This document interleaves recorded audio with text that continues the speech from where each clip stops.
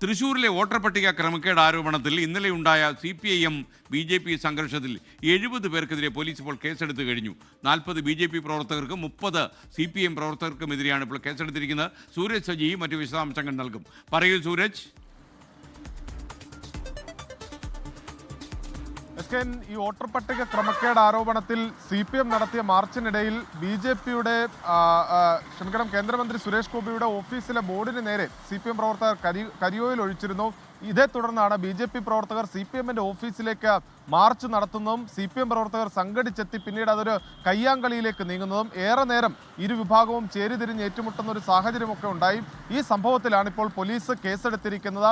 70 പേർക്കെതിരെ പോലീസ് കേസെടുത്തിരിക്കുന്നു. അതിൽ 40 BJP പ്രവർത്തകർക്കും അതോടൊപ്പം തന്നെ 30 CPM പ്രവർത്തകർക്കെതിരെയുമാണ് കേസെടുത്തിരിക്കുന്നത്. ഈ സംഭവത്തിനിടയിൽ പരിക്കേറ്റ 3 BJP പ്രവർത്തകർ ചികിത്സയിലാണ്. അവർ തൃശൂർ അശ്വിനി ആശുപത്രിയിൽ ചികിത്സയിൽ തുടരുകയാണ്.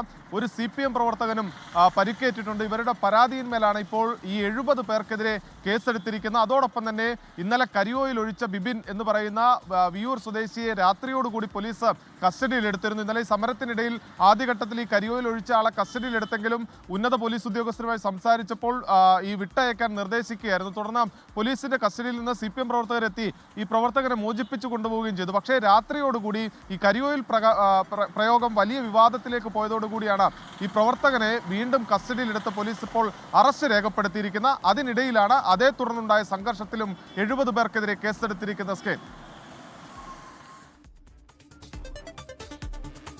ലോകത്തെവിടെയായാലും ഏത് സമയത്തും 24 വാർത്തകളും ഓഗ്മെന്റഡ് റിയാലിറ്റി പാക്കേജുകളും എക്സ്പ്ലെയിനറുകളും വിശദമായി കാണാൻ ഞങ്ങളുടെ YouTube ചാനൽ നിങ്ങൾക്ക് സബ്സ്ക്രൈബ് ചെയ്യാം.